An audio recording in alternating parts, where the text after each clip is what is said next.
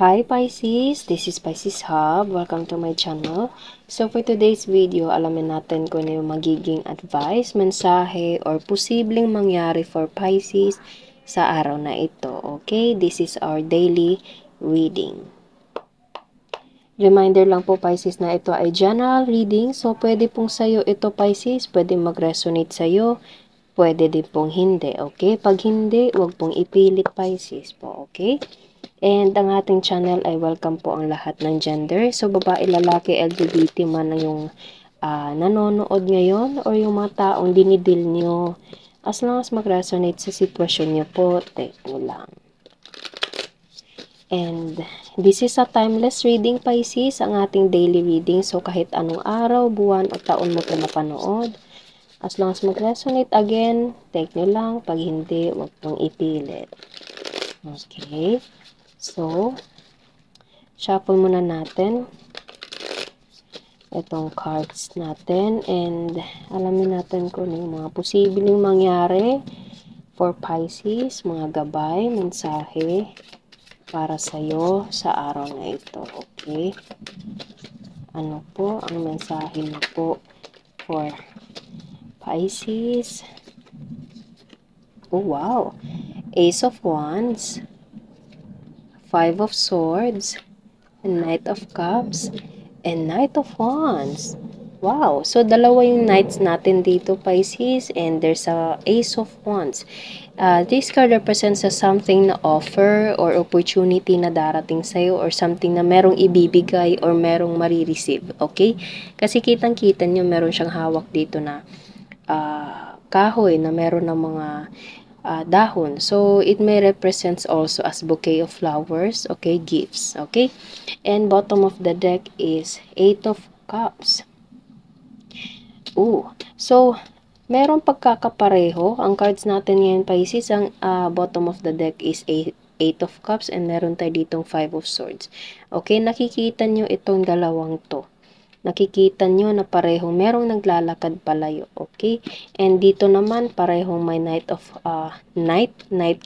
cards, Knight of Cups and Knight of Wands. Meron tayo ditong Ace of Wands. Okay, so there's something na pag-travel, although wala dito yung travel card which is the Chariot, okay? Pero there is something na matatanggap mo, Pisces, matatanggap ka, ibibigay mo, or something na offer, opportunity, or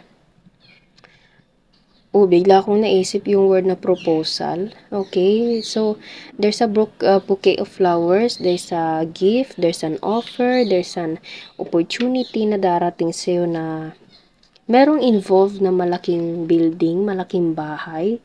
Okay, nakikita nyo, meron ditong parang palasyo and ito yung parang pwede ding ito ay career, pwede ding love. Okay, take nyo lang po kung saan mag-resonate. Pero pwede meron kang matatanggap, Pisces, meron kang matatanggap, or meron kang, merong mag-aalok sa'yo ng offer. Okay, there's an, opportunity for you to receive and meron itong involved na malaking building, okay? Or kung hindi naman, merong as I said kanina, there's a proposal, there's a bouquet of flowers, there's a gift na darating sa iyo na marireceive mo and merong bahay na involved, okay? So, pwedeng titira kayo sa malaking bahay, pwedeng maghahanap kayo ng malilipatan, okay, or something na pwedeng ganon. Take nyo lang po kung saan mag-resonate basta merong ganitong situation. And Five of Swords, you know your worth, okay, there's a realization of it na pag sayo, okay, nakikita nyo Five of Swords, this card kasi is parang you're knowing your worth and you know the true colors, okay? And also, you just trust the process. You just, hindi sa just lang, okay? Tanggalin natin yung just. You trust God, okay? You always trust God. You always trust His timing, His will, okay? And lahat ng blessing na para sa'yo, na kung saan naka-deliver, naka-address para sa'yo, darating at darating yun kahit anumang araw, buwan o taon. Okay? Pag sayo talaga, Pisces. Okay?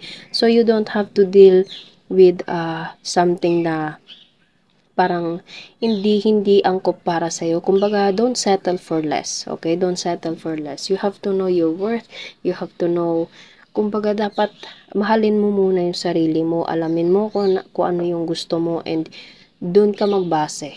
Okay? And everything will fall into place. And of course, trust God sa mga gusto sa buhay and sa mga pangyayari sa buhay. Okay? Siya lang yung nakakaalam, siya yung nakakarinig, nakakakita, lahat. Okay? So you have to trust God always. Okay? And everything happens for a reason.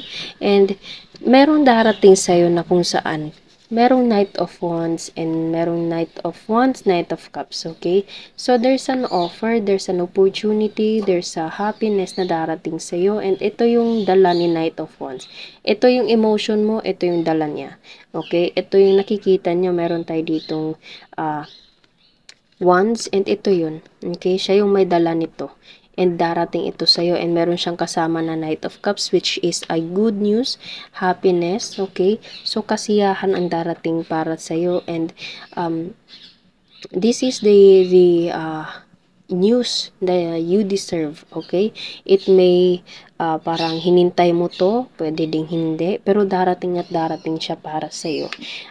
It may resonate sa lahat po ng aspeto sa buhay, pwedeng sa love life, pwedeng sa opportunity, pwedeng sa trabaho, pwedeng sa negosyo, pwedeng sa pag-abroad, pwedeng kung saan man, okay? Basta there is something na darating for you to receive. And 8 of Cups, you have to follow, you have to trust, and do all your best, okay?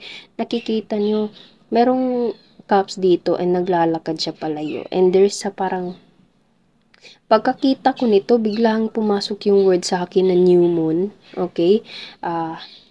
Pwedeng i-search nyo po yung meaning nun, bakit ko biglang na ano yung new moon, okay? Pero kung hindi naman, it's okay lang. So, 8 of Cups, you have to trust the process. You have to parang let go. And of course, you have to just go with the flow. You have to go with the flow, sabayan mo lang, and of course, you have to do all your best. Okay? Pag ito dumating to sa'yo, kung meron mang travel na involved, puntahan mo. Okay? You have to ask some advices to people na genuinely care for you, genuinely love for you, Pisces. Okay? And plan, and of course, let God do His will. Let God do His powers na siya yung bahala. Okay? So, sa bottom of the reading natin ngayon is parang trust His timing, trust His will, and of course, do all your best as you can. Pag merong dumating sa'yo na ganito, okay? Pag merong opportunity, proposal, good news na darating for you, claim it. Okay? Claim it. I don't know kung narinig nyo yung pag-start ng engine dito sa labas, pero it made a significant meaning of it to have. Okay? Start the good life na inaasam-asam mo dati. Okay? You have to start your own progress, your own abundance. You have to start your life in God's will, in God's way, in God's perfect time. Trust His timing, okay? And pag para sa'yo, Pisces. Okay? So, yun lang po ang ating reading sa araw na ito. Naway nagustuhan niyo po. Huwag niyo po sanang kalimutan na mag-like at mag-subscribe po sa ating channel. And isa nating channel na Gel Tarot Guide na makikita po sa description box below. Click niyo lang po yung link dyan sa baba. And click the notification bell, Pisces, para ma-notify po kayo sa mga next videos na i-upload natin. Okay? Thank you, Pisces, and God bless!